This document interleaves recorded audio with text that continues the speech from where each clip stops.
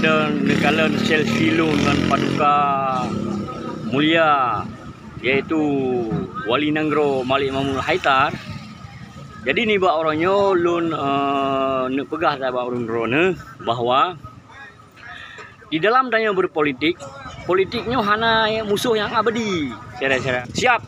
2024 Anies Baswedan insya-Allah Presiden Republik Indonesia. 2024 insya-Allah Nasir Jamil sebagai Aceh 1 insya-Allah.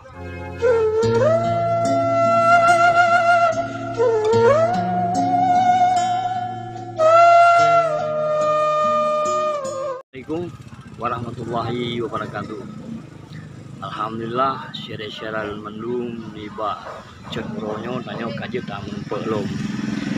Jadi alhamdulillah videonya lum pegat ke syara-syara lun dan kerakan-kerakan lun yang nekalan mungkin urang-urang agak alergi nekalan selfie lun dengan Paduka Mulia yaitu Wali Nanggro Malik Mahmud Haidar. Jadi ni buat orangnya lun nak pegah tak buat orang drone bahawa di dalam tanya berpolitik, politiknya hana musuh yang abadi. Cara-cara lu. Tapi dalam tanya berpolitiknya adalah nasabah kepentingan nasional yang harus tasimiki bersama-sama. Jadi dalam hal politik dalam Nanggro mungkin lu yang berbeda dengan Paduka yang Mulia Malik Mahmud Haidar. Tapi nyo kamu mesti mikir dalam politik kancah nasional. Sebab penyelenggaraan menan Aceh nyo bagian daripada Republik Indonesia.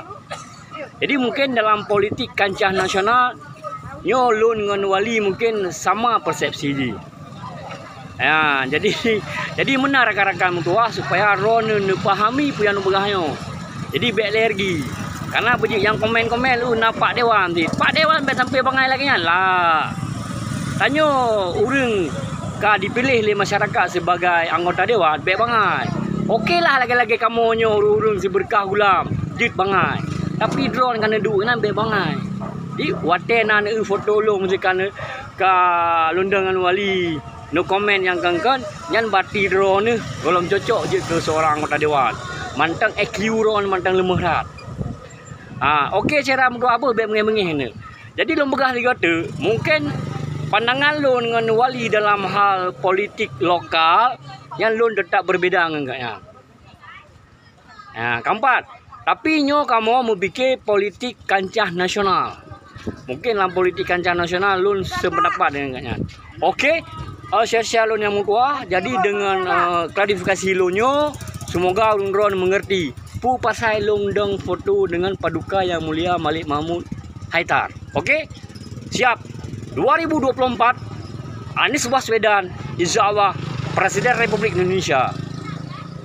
2024 insya-Allah Nasir Jamil sebagai Aceh 1 insya-Allah. Assalamualaikum warahmatullahi wabarakatuh.